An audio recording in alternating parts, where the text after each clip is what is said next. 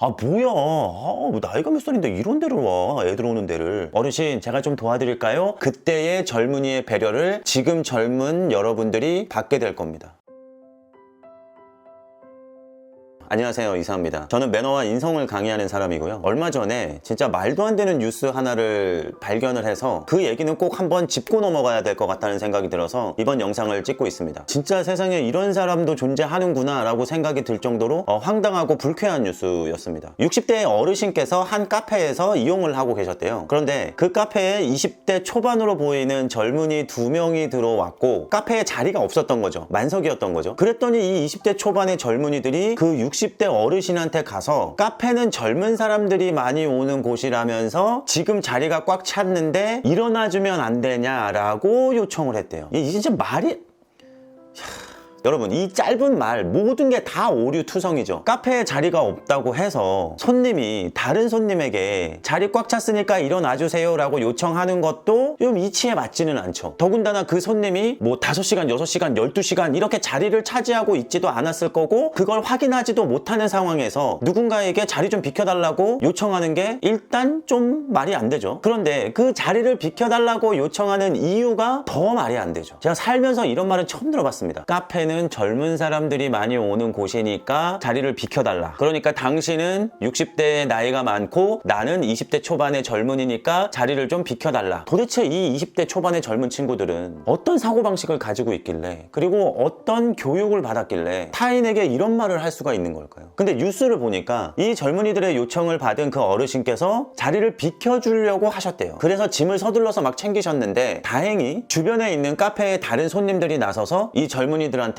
항의를 좀 했대요. 그랬더니 그제서야 이 20대 초반의 친구들이 카페를 나갔다고 합니다. 너무 아쉽죠. 물론 세대가 다르면 많은 것들이 다르죠. 사고방식도 다르고 즐기는 문화의 방식도 다르고요. 뭐 주로 찾는 공간의 특성도 달라지겠죠. 하지만 그렇다고 해서 한 세대의 문화를 다른 세대가 침범하면 안 된다, 즐기지 못한다 라는 건 이 세상에 있을 수가 없죠. 본인이 하고 싶다면 세대의 차이를 넘어서서 모든 문화를 누릴 수 있는 그런 사회가 돼야죠. 제가 어르신들하고 강의를 하는 경우도 종종 있습니다. 60이 넘으시고 70, 80 이런 분들하고도 시간을 보내는 경우가 종종 있는데 저는 그렇게 강의를 할 때마다 어르신들한테 마지막에 반드시 말씀을 드리고 나옵니다. 어르신들, 젊은 친구들 눈치 보지 마시고 스타벅스 가셔서 커피도 드시고요. CGV 가셔서 영화도 보셨으면 좋겠습니다. 젊은이들이 가는 공간이 좋아 보이시고 또 즐기고 싶은 마음이 드신다면 눈치 보지 마시고 당당하게 가셔서 즐겁게 시간을 보내셨으면 좋겠습니다 라고 응원을 해드리고 돌아온다는 말이죠. 아마 이 카페에서 주변에 있던 다른 손님들, 그러니까 곤란한 상황에 있던 어르신을 도와줬던 다른 많은 손님들도 저랑 같은 마음일 거라는 거예요. 그 20대 초반의 젊은 친구들, 가족 중에 어르신이 없습니까? 본인의 엄마, 아빠, 본인의 고모, 삼촌 이런 경우를 당한다고 생각을 해보면 절대로 다른 어르신들한테 이런 소리 못하죠. 오히려 젊은 친구들이 젊은이가 많이 있는 공간에 어르신을 발견했을 때 어떻게 생각해야 됩니까? 아 뭐야, 뭐 나이가 몇 살인데 이런 데를 와, 애들 오는 데를. 이게 아니라 와, 야 근데 저 어르신 진짜 멋있다. 야 나도 나이 먹으면 저렇게 인생 편안하게 즐기면서 다른 사람 존중하고 배려하면서 나도 저렇게 멋있게 살아야지. 이렇게 좋은 마음을 가져주는 게 중요하죠. 이게 정상적인 사회고 이게 우리가 나아가야 될 방향 아니겠습니까? 그래서 관련해서 우리 젊은 친구들한테 하나 또 부탁드리고 싶어요. 우리가 카페라든지 식당 같은 데 가면 요즘은 키오스크로 많이 돼 있잖아요. 그런데 이 키오스크라는 게 젊은 사람들한테도 어려울 때가 있습니다. 그러니까 어르신들한테는 오죽하겠어요. 이 기기에 익숙하지 않은 어르신들에게는 훨씬 더 어려울 수 있죠. 그걸 이해해 주셨으면 좋겠습니다. 내가 키오스크로 주문하려고 기다리고 있는데 내 바로 앞에 키오스크를 이용하는 어르신이 계시는 거예요. 그런데 너무너무 시간이 오래 걸려. 내가 뒤에서 봤을 때는 이거 누르고 이거 누르고 이거 누르고 결제하면 끝나는데 그걸 못 찾으셔가지고 막 여기저기 화면 넘겼다가 곤란해하시고 막 이러고 계시는 거예요. 자, 그럴 때 우리 젊은이들 여유를 좀 가졌으면 좋겠습니다. 마음의 여유를. 진짜로 막 이거 급하게 내가 빨리 주문해서 가야 되는 상황이다. 그러면 카운터 가셔가지고 추가적인 방법을 찾을지언정 여러분들이 여유가 좀 있다면 그 어려움을 겪는 있는 어르신을 좀 기다려주는 여유를 가지는 게 어떨까 싶은 거죠. 또 하나, 거기서 조금 더 여러분들이 마음이 쓰인다 그러면 어르신들을 도와드릴 수도 있죠. 어르신 제가 좀 도와드릴까요? 라고 먼저 의사를 여쭤본 뒤에